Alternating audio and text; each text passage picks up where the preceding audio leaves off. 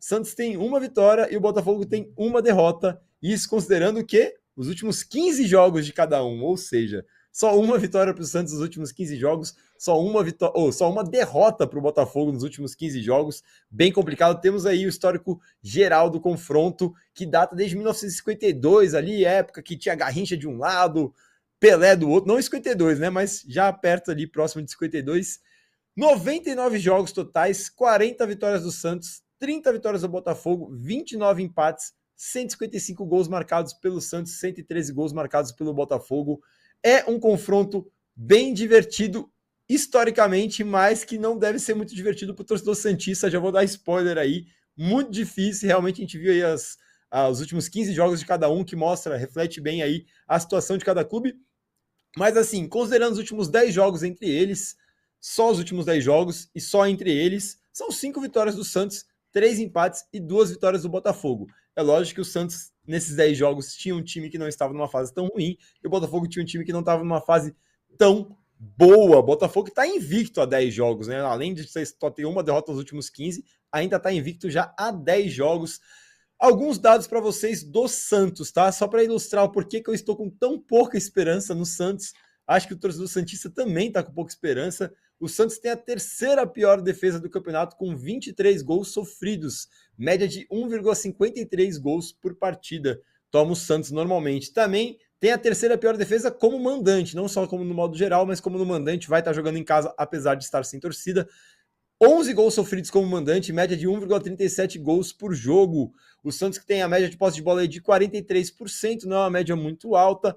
11,1 finalizações por jogo, dessas 3,9 vão ao gol, a meta, e costuma dar 12,9 dribles por partida. É um time que dribla bastante até o Santos, média de 4,4 escanteios e 2,7 cartões amarelos por partida. Além disso, o Santos já tomou 4 cartões vermelhos. Se não me engano, acho que é o time que tem mais cartão vermelho no campeonato. É complicado para o Santos isso aí, né, Bellatini? Olhando esses dados aqui pelo lado do Santos, esse histórico geral, até que o histórico geral favorece o Santos, mas o histórico recente de cada clube mostra uma realidade bem diferente, né? E mais do que histórico, o momento, né? Esse retrato que você passa aqui, o Santos com a terceira pior defesa do campeonato. Confuso, né? O time que foi goleado aí para o São Paulo no final de semana passado e sem oferecer muita, né, resistência, aquela crise toda, a torcida já querendo mandar embora ali o Paulo Turra. Paulo Turra que vive o momento, né? Acho que ele mostra bastante aquela gangorra ali, né? Porque o cara tava bem. Mas sendo criticado, mas vencia, o que importa é o resultado, até que você está vencendo e não é só o resultado. Aí você tem ele saindo, vai para o aceita o trabalho no Santos e, olha, complicado. A situação é dificílima, tá? Esse jogo aqui na Vila Belmiro, mas é aquela vila vazia ainda, né? Não tem venda de ingressos por conta da punição. É um time que está muito, muito atrapalhado. O time do Santos é difícil imaginar um cenário diferente que uma derrota pelo momento do Botafogo. O Botafogo que é o dono do segundo melhor ataque do Campeonato Brasileiro, com 26 gols marcados, uma média de 1,73 gols por partida. Tem a melhor defesa do Brasileirão, foram apenas 7 gols sofridos, né? Uma média de 0,46 gol por jogo.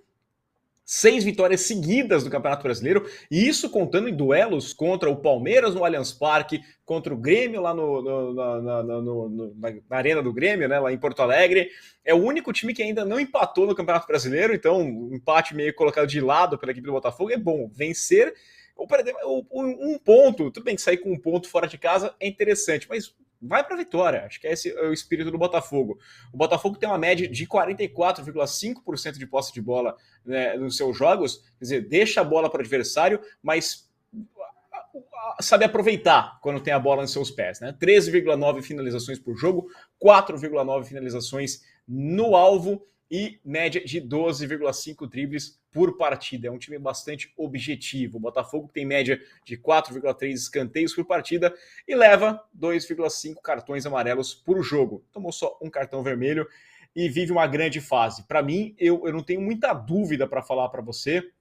Daqui a pouquinho, inclusive, a gente vai falar até de Copa do Brasil, né? Mas assim, olhando o Campeonato Brasileiro, uma das barbadas que me parece no final de semana, e nessas vezes a gente se tropeça, mas eu vejo muito risco nesse cenário, é apostar numa vitória do Botafogo contra o Santos, né? Você olhar um time como o time do Santos e ver olha, me parece óbvia a vitória. É tão óbvia que a gente fica um pouco preocupado.